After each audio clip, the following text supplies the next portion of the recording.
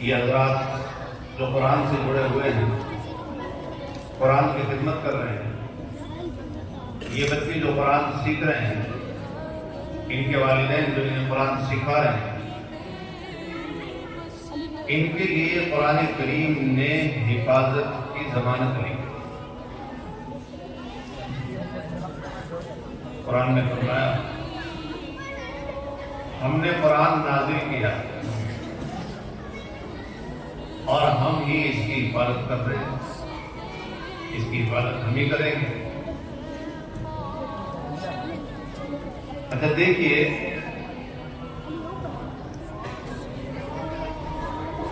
جس چیز کی حفاظت کرنا مقصود ہوتی ہے وہ الگ چیز ہوتی ہے، اور جہاں رکھ کر اس کی حفاظت کی جاتی ہے وہ الگ ہوتی ہے۔ لیکن حفاظت دونوں کی ہوتی رہتی ہے۔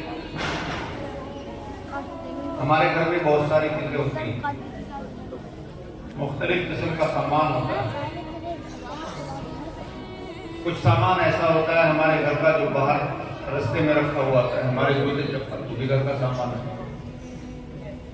ہمارے کپڑے برتن اور مختلف چیزیں ہمارے بستر نہیں رکھ کے کوئی اٹھا کر نہیں لے جاتے۔ لیکن ہمارے پاس تھوڑا سا سونا بھی ہوتا ہے، یا ہمارے پاس تھوڑا سا کیش ہوتا ہے، نقد پیسہ ہوتا ہے۔ ہم نے سپوز کیجیے کسی کے پاس 5 تولہ سونا، یہ 5 تولہ سونا اس نے کہاں رکھا ہوتا ہے؟ دروازے میں، بستر کے نیچے،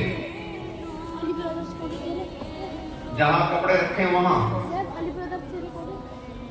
اس نے اس سونے کو ایک چھوٹی سی ڈبی میں رکھا ہوتا ہے، اور ڈبی کو پھر کسی الماری میں رکھا ہوتا ہے، اور الماری کے دروازے اس کا لاک اچھی طرح سے محفوظ کر کے بند کیا ہوا ہوتا ہے، کیونکہ اسے اس سونے کی حفاظت کرنی ہوتی ہے۔ جب یہ آدمی باہر سے اپنے گھر آتا ہے تو دیکھتا ہے کہ اس کی نگاہ سب سے پہلے اس الماری پر جاتی ہے جس میں وہ تھوڑا سا سونا رکھتا ہے۔ کسی نے چھیڑا تو نہیں، دروازہ کھلا ہوا تو نہیں، اس کا ہینڈل تو توڑ نہیں دیا، پیچ کے ساتھ کسی نے چھیڑ چھاڑ تو نہیں کی، اچھی طرح سے اطمینان کر لیتا ہے، جبکہ حفاظت اسے الماری کی نہیں کرنی ہے، حفاظت اسے سونے کی کرنی ہوتی ہے۔ جب باہر جاتا ہے تو اطمینان کر لیتا ہے الماری ٹھیک ہے۔ اگر خدا نہ خواستہ کسی کی عدم موجودگی میں کسی نے الماری کھولی تو ایک دم سے دھک سے رہ جاتا ہے، الماری کھل کیسے گئی، گیٹ کھلا کیسے رہ گیا، اس کے ساتھ یہ کس نے کر دیا؟ چنانچہ اس سونے کی وجہ سے، اس گولڈ کی وجہ سے، اس سونے کی حفاظت کرنے کی وجہ سے کسی کی گھر میں باہر مجال نہیں ہے کہ اس کے ایک ذرا سے پیچ کو بھی ڈھیلا کر دے، جبکہ سب جانتے ہیں کہ بھئی حفاظت تو سونے کی کرنی تھی۔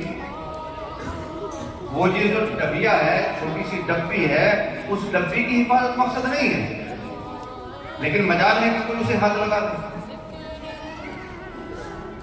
اسی طرح سے اللہ سبحانہ وتعالیٰ نے جن سینوں کو قرآن کے لیے ڈبیاں بنایا ہے، جن انسانوں کو قرآن کے واسطے الماریاں بنایا ہے، تو اگر یہ لوگ قرآن کے ساتھ لگے رہیں گے، جیسے اللہ قرآن کی حفاظت کرے گا، اللہ ان لوگوں کی بھی اسی طرح سے حفاظت کرتا رہے گا۔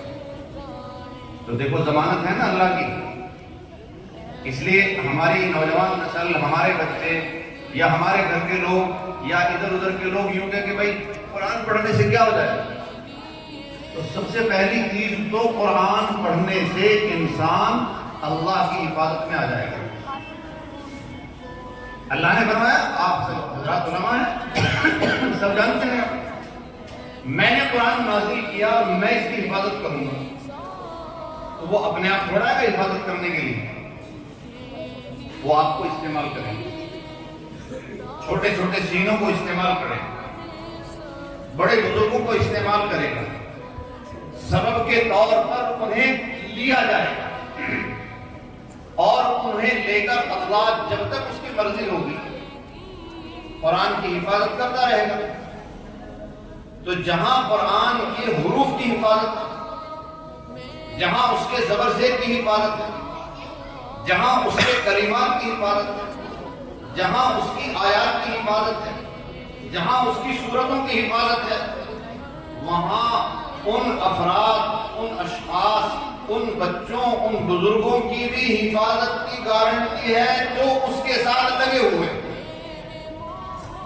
لہذا انہیں بھول جانا چاہیے کہ ہماری روزی کا کیا ہوگا، ہماری روٹی کا کیا ہوگا، ہمارے فیوچر کے مسائل کیسے حل ہوں گے۔ بھئی اللہ کی گارنٹی سے زیادہ بڑی کسی اور کی گارنٹی ہو سکتی ہے؟ ابھی لوگ گارنٹیاں دے رہے ہیں لیکن